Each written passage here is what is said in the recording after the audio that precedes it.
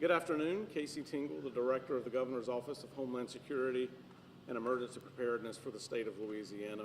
We appreciate you all being here this afternoon to get an update on where we stand relative to the saltwater intrusion event that's been ongoing for parts of the state since middle of June. So at the state level, a couple of updates since our last discussion and press conference that the governor held.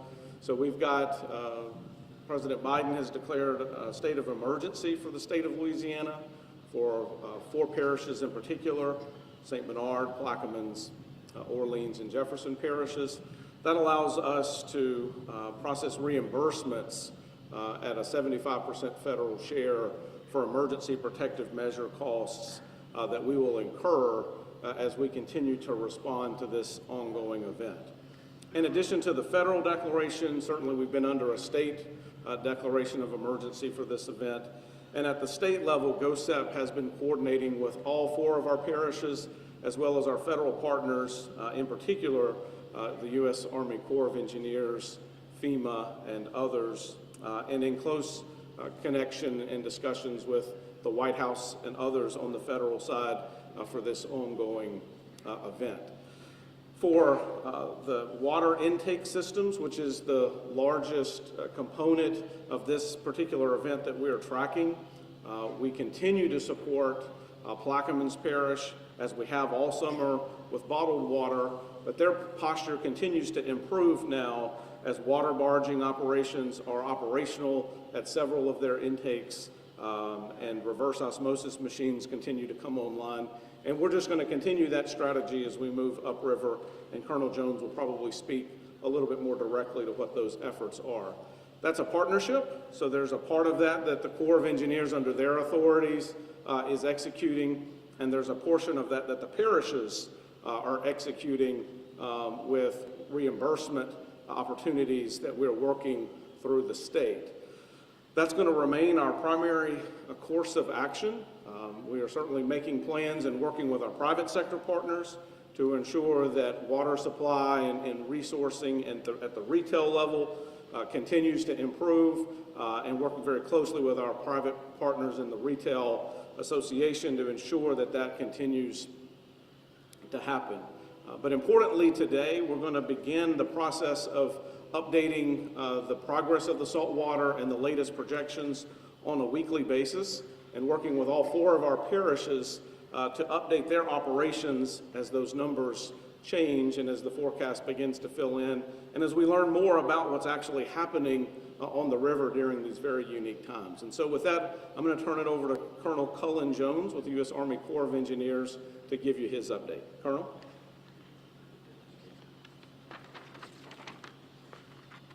Once again, good afternoon, everyone, and thank you so much for joining us. As you heard, I am Colonel Cullen Jones, the 65th Commander and District Engineer for the Orleans District U.S. Army Corps of Engineers. And as always, I would like to thank Governor Edwards and all of our local, state, and federal partners as we work together during the drought here on the Mississippi River. It has been absolutely inspiring as we've seen the region come together as a team of teams to mitigate this impact. So as you heard from Casey, where is the current location of the toe of the saltwater wedge? Happy to report that it has remained static at river mile 69.4 since the 24th of September, which is also the same date we started construction of the augmented sill at river mile 63.8. It's taken some time there as it's been filling in a very deep pocket in the river to the tune of negative 120 feet. And over that time, we've been able to learn a lot more about how the saltwater wedge acts above the sill. The other thing to note is we've had better than forecast that flows through September. Originally we had flows going from 145,000 CFS dropping to 128,000 CFS across the 28-day forecast. Thankfully, we've stayed between around 145,000 CFS and 155,000 CFS. So better than predicted, that's given us additional time. Today, we're currently at 152,000 CFS, and the current National Weather Service 28-day forecast has us going from around 150,000 CFS, dropping to 133,000 CFS across the next 28 days. So those better than forecasted flows help delay the progress of the saltwater sill, but also working in conjunction with the benefits that we're seeing from augmenting the sill at 63.8. So for the sill, we are making great progress. We are ahead of a schedule. We're currently 62% complete, and we're looking to have it done by the 12th of October, at which point we will go into maintenance. That's going to mean that we're going to raise approximately 2,200 feet of the sill to an elevation of -30, while we maintain the 620-foot notch to a depth of -55 for our nationally critical navigation. Our daily river surveys show that the salt water that overtops the sill has less salinity and density than that behind the wedge.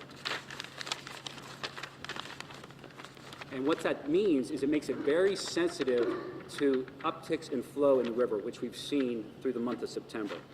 This benefit, coupled with the better than forecasted flows in September and the updated 28-day National Weather Service forecast going into October, has enabled us to update our models and projections for the saltwater impacts.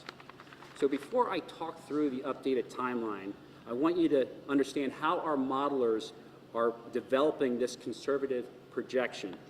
First, they take the National Weather Service 28-day forecast that is projected from October to go from 150,000 CFS down to 133,000 CFS. It also has assessed that we're going to have about 2 days of rain in October, which makes sense. It's typically our driest month down here in South Louisiana. Beyond the 28-day forecast, our modelers are extending that forecast by going from that 133,000 CFS at the end of October and decreasing it down to 120,000 CFS through November. They're depth permitting at about 1,000 CFS every 3 days. And very conservatively, they're also assessing no rain in November. Why am I saying that? So if we get better than 2 days of rain in October and we see rain in November, these projections will improve. And as such, we're going to continue to update our models every week based off the latest National Weather Service 28-day forecast, our daily river surveys, and our increased monitoring of the benefits of the augmented sill at River Mile 63.8. As such, you can see on the boards the updated estimated impacts for the water treatment facilities along the Mississippi River. Generally, we will still see impacts to both Plaquemines and St. Bernard Parish in the month of October, but we also see delayed impacts to the Algiers and Gretna facilities in late November. Currently, through our extended forecast through the month of November, we see the potential for no chloride impacts affecting West Jefferson, Carrollton, and East Jefferson water treatment facilities. And as I stated, moving forward, we will continue our daily river surveys to monitor the toe of the saltwater wedge and the performance of our augmented sill. We will provide those models every week based off the latest National Weather Service 28-day forecast and share them with the public every Thursday for their planning, readiness, and response efforts. As you heard from Casey, in addition to our tracking, monitoring, and monitoring efforts of the saltwater wedge, we are also continuing to provide drought assistance under Public Law 8499. Our water barging efforts are continuing to go well. We are already executing deliveries at both Port Sulphur and Port Allahash. All 4 requested road pews by the Corps of Engineers are under contract. They're either on site or will be delivered between now and the 24th of October. Lastly, we continue to provide technical assistance for the contingency planning at both Jefferson and Orleans parishes through both subject matter experts and expedited permitting. Lastly, I just want to remind everyone that the Corps of Engineers continues to stay here steadfast in support of the state and parishes' response to these efforts, and it's been actually phenomenal to see the response across the board. Thank you very much.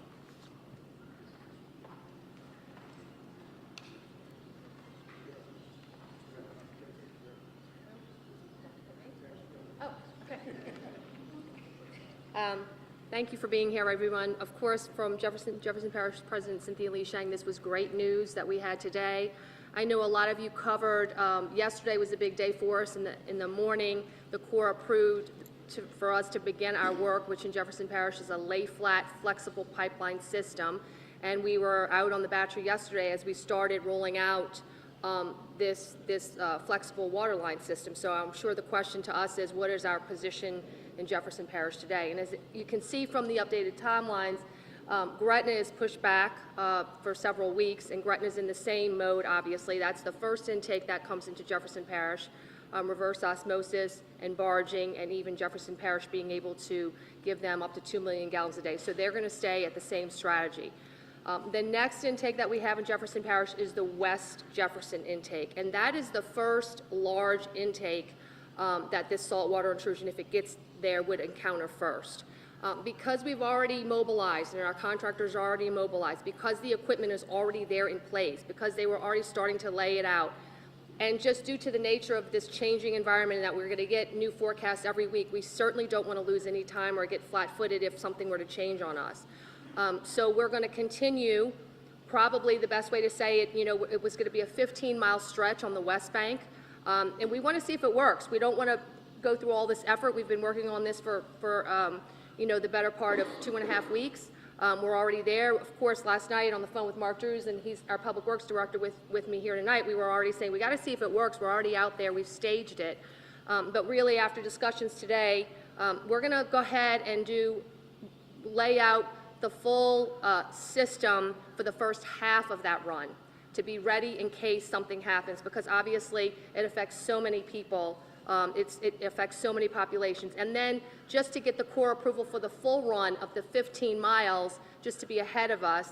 But that second half, we probably wouldn't, we would just do maybe 2 lay flats to see if the whole system works, that we would be ready.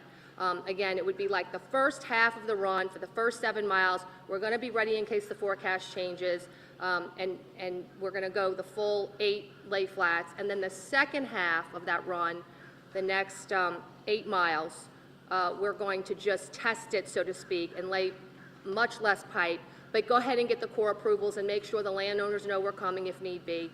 And that's, we think, is the most prudent way to handle this, the most scalable way to handle this, and the way to position ourselves so very, very worst case scenario, we're not caught off guard.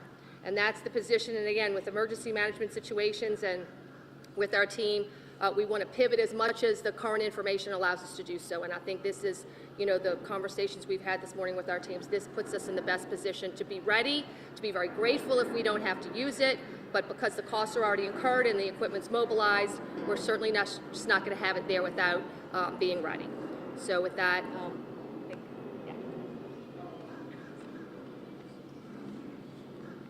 Afternoon, everyone. Colin Arnold, Director of the Office of Homeland Security and Emergency Preparedness for the City of New Orleans.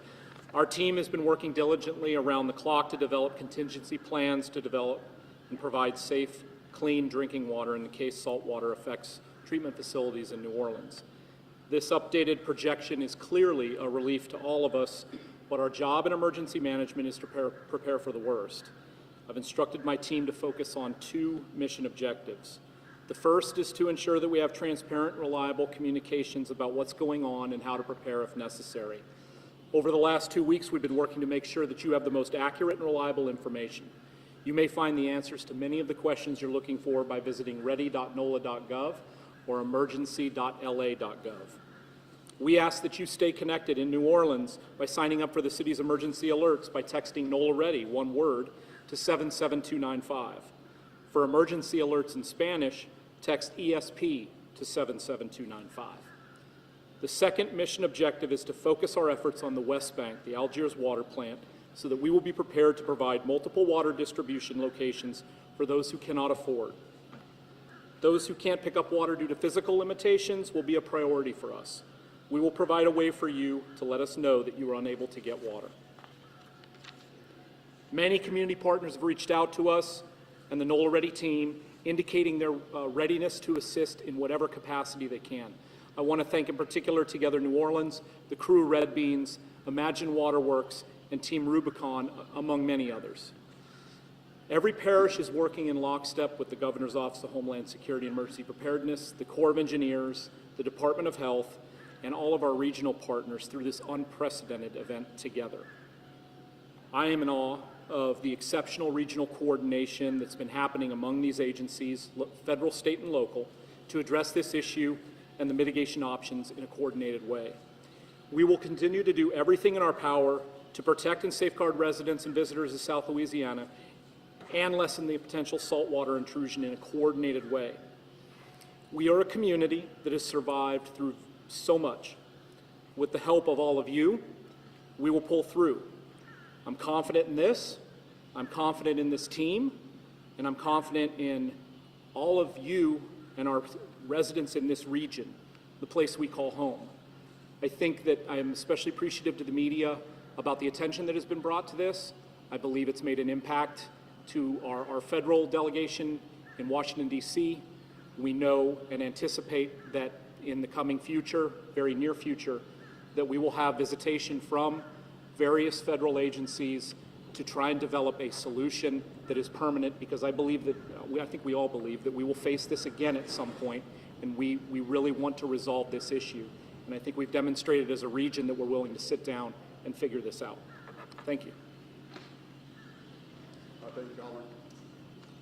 Thank you, Colin, Colonel Jones, and Kate from GOHSEP. My name is Ron Spooner, the Interim General Superintendent of the Sewage and Water Board. So, again, today is a blessed day. We'd like to sincerely thank our partners with the Corps, GOHSEP, the Governor's Office, as well as our partners in Jefferson Parish, St. Bernard Parish, Plaquemines Parish, as well as the City of New Orleans, including Mayor Cantrell, who also serves as the president of the Board of Directors at the Sewage and Water Board. At every level, we've had their unwavering support, without a doubt.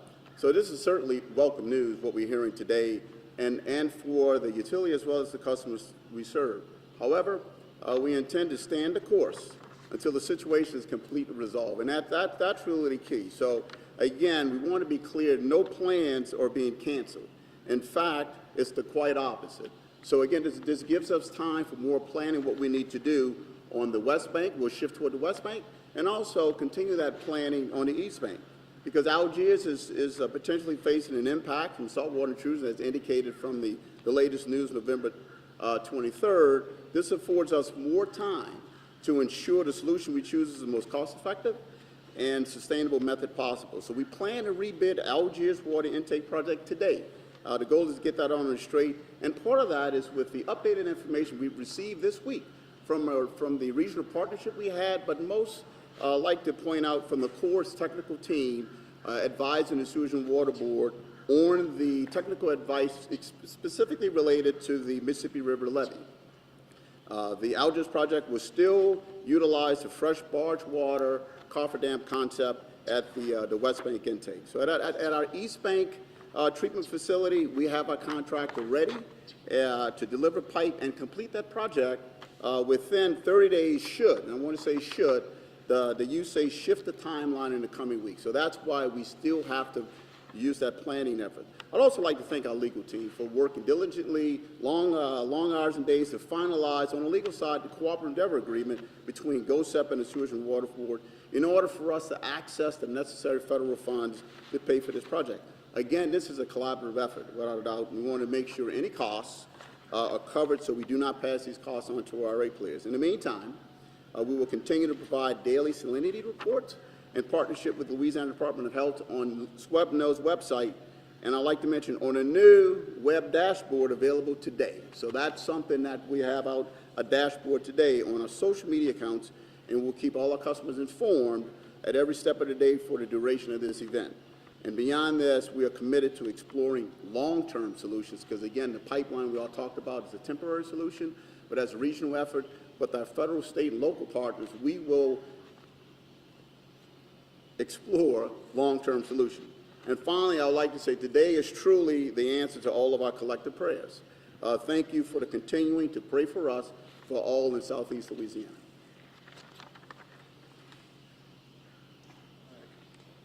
Everyone, I'm Renee Poe. I'm with the Corps of Engineers Public Affairs Office. We're going to go ahead and open it up for questions now. And what I'd like to do is kind of work from your right to left. We can get everybody in here. It's not going to be a problem.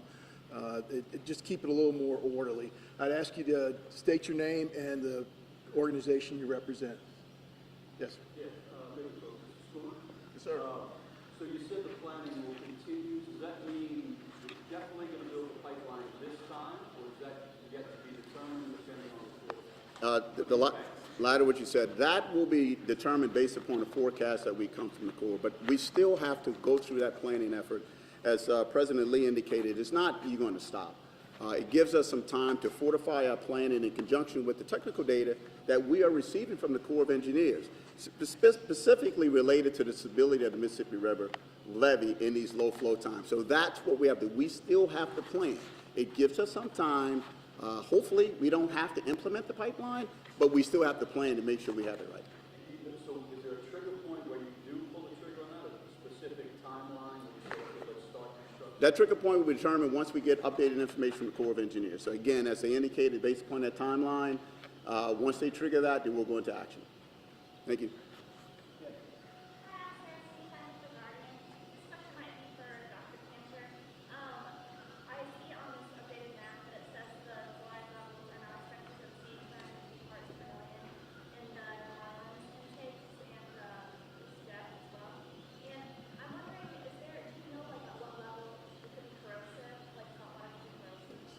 Yeah, thanks, sir. That's a good question. You know, there's nothing magic about 251 of chlorides that might not be happening at 249, I think is the essence of the question. And we're learning a lot about how this wedge is moving up and the dynamics. You know, just to take a step back for a second, the news today is very welcome news. But to put it in the perspective of what we're normally talking about this time of year, there's still a large storm out there in the Gulf. The cone has shifted, but we still have a very heightened level of awareness and monitoring. The regular and aggressive monitoring of water systems will continue. On the water system side, the daily measuring of chlorides coming in will continue. And then on the distribution and the customer side, the aggressive and enhanced monitoring of heavy metals will continue commensurate with whatever chlorides are coming in.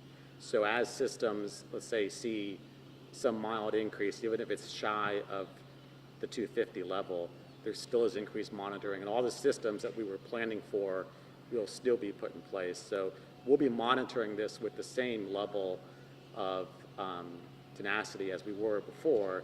Just, I think we're all thankful that it's not as dire as we thought it would be.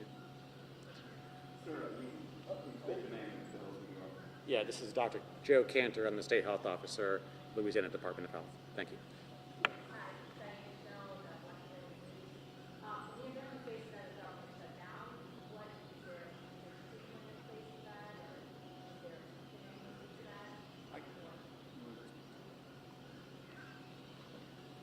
Speak for Orleans Parish and for some of our partners here that, unless they want to chime in as well, the shutdown was certainly something that we were, heavily monitoring and considering, but I will say that it did not impact, or the potential of it did not impact the Corps' work.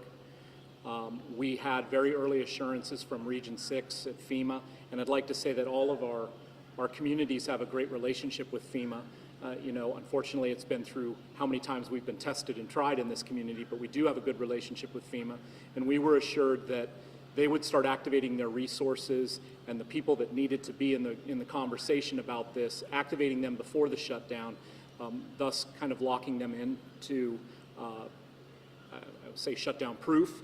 But ultimately, that didn't come to pass, which is a great thing, but we didn't anticipate any issues in Orleans.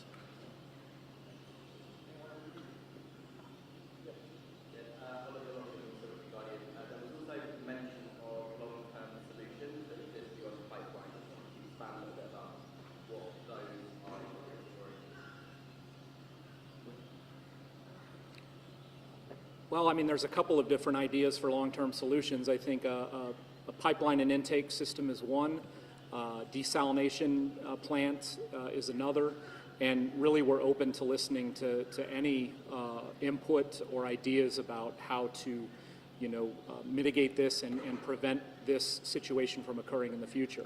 Clearly, the sill has value. I think they're going to learn a lot from this as far as, building the sill, reinforcing the sill, building it higher, and, hopefully this modeling will come to something in the future where we're able to develop a plan for a more permanent fix to this situation. Just add something to that answer just real quick. So what we've done at the state level is ask all 4 parishes to make a list of the proposed improvements, changes that they might see, things that they wish they had in place this time that we could potentially get in place for next time. And then we'll work with our federal partners to try to figure out how we can go about the funding process for those.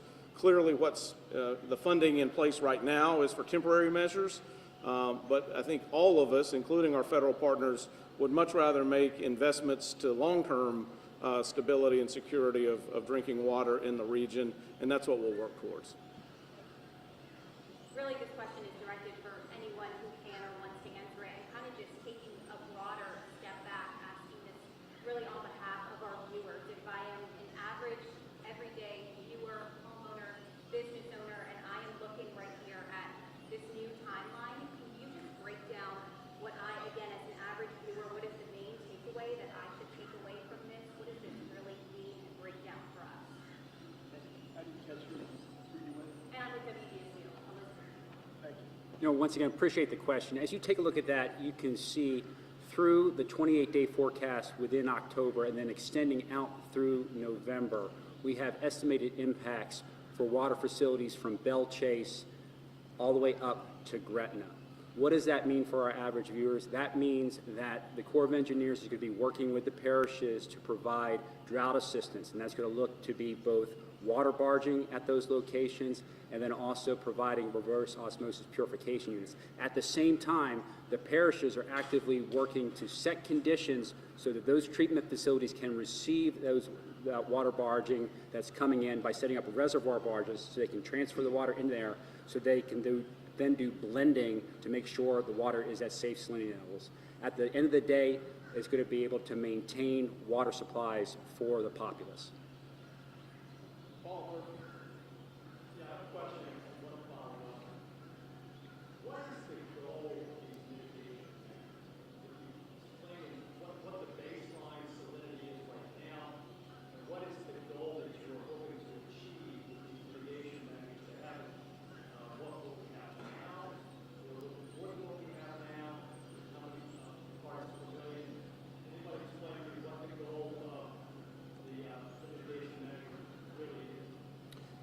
I'll take the first stab at that as a non-technical person here.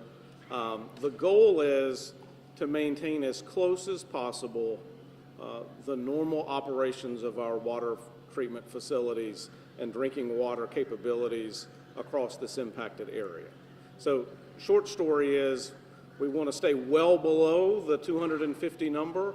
We want to be as close as we possibly can to normal operations so that our critical infrastructure partners, hospitals, healthcare, correctional facilities, all of those types of facilities are able to maintain their daily operations, that the family getting water from their tap doesn't see impacts to that, and we're able to maintain the regular use of those systems. Now, Lower Plaquemines Parish has been impacted for several months now, but they are on the path to being in a better posture today than they have been since the middle part of June, particularly in the Boothville area, because those water barging operations are already underway, as Colonel Jones indicated, and so their drinking water is vastly making improvements relative to where they've been. For all the other intakes, it's to be able to maintain with water barging, reverse osmosis, as much as possible the quality as their normal operations of their water systems. Anything you want to add to that? Got it.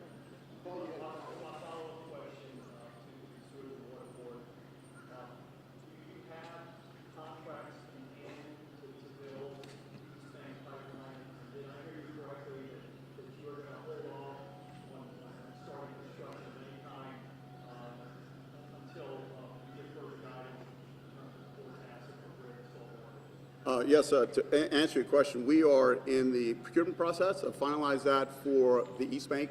As I mentioned earlier, we're going to rebid the West Bank project. A week and a half ago, we did put both projects out. We received bids on the East Bank. We're evaluating those bids now to finalize those. And again, based upon today, we can slow down again a little bit and then put a little bit more effort into that evaluation as far as design. So the board's intent is to go forward with the award on the East Bank relative to the planning purposes, because we, as the Colonel indicated, you never know what may happen within the 28-day forecast, and I said earlier, we have to plan. So again, from a constructability standpoint of view, that may have pushed out to the right somewhat based upon the forecast, but we still have to plan and get our ducks in a row relative to, if anything does happen, are we ready to pull the trigger? Number one, on the West Bank, we are rebidding the West Bank, as I said earlier, based upon the good technical data that we received from the Corps' hydraulic team this past week in relation to stability of the Mississippi River levee. That is going to go out today and to accept bids next week. Again, it's not a big rush, but since that per the latest guidance that Algiers may be impacted November 23rd, the plan is still to move forward with the planning and the construction activities associated with the Algiers water intake facility. Thank you.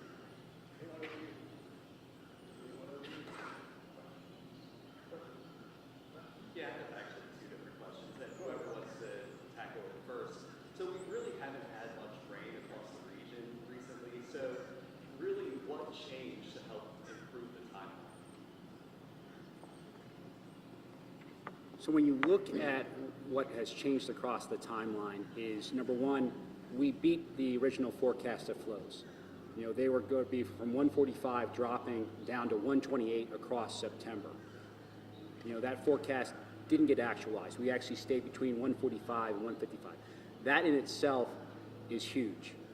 But in addition to that, you know, starting to augment the sill of River Mile 63.8 has had additional benefits further than what was originally anticipated.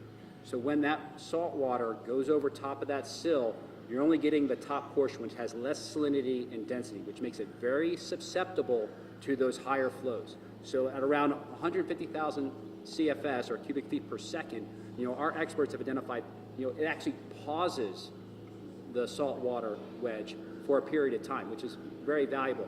And that's only going to be increased as we increase the height of the sill there. So we're getting an additional speed bump there.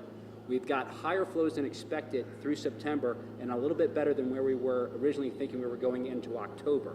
All of that has been put back into our models to project out through the end of October, and then we're extrapolating to November, and that's given us a more accurate picture based off the current forecast today. And the second question would be for Mr. Arnold. Yesterday, the mayor, she mentioned that y'all were looking at contingency plans. We heard you mention y'all were looking at contingency plans, but we have yet to hear any really specifics on what these contingencies are. Would you be able to elaborate for us? So contingencies to what? Contingencies to combating the saltwater wedge. Well, the contingency plans, I think, have been laid out, and that is barging and blending on the West Bank and a pipeline on the East Bank. A contingency plan that my office, that's Sewage and Water Board, a contingency plan my office is working on is citywide water distribution, as an example, in case we had to go to bottled water or some other containerized form of water. So those are the contingency plans. Now, if you're talking about the future, it's wide open right now. And I think it's going to be a lot of discussion. There'll be a lot of science involved and engineering about how we deal with this in the future. Does that answer your question? Yeah, go ahead, Paul.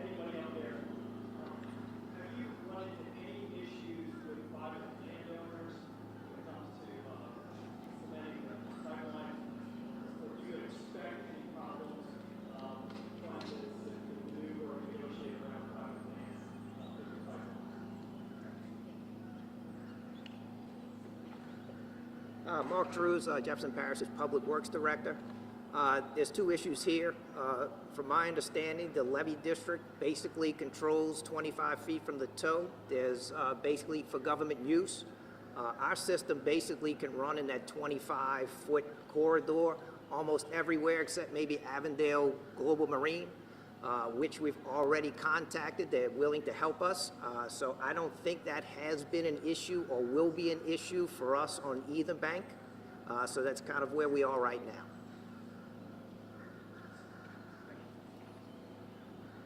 All right, ladies and gentlemen, that concludes today's press conference. Thank you so much for coming out.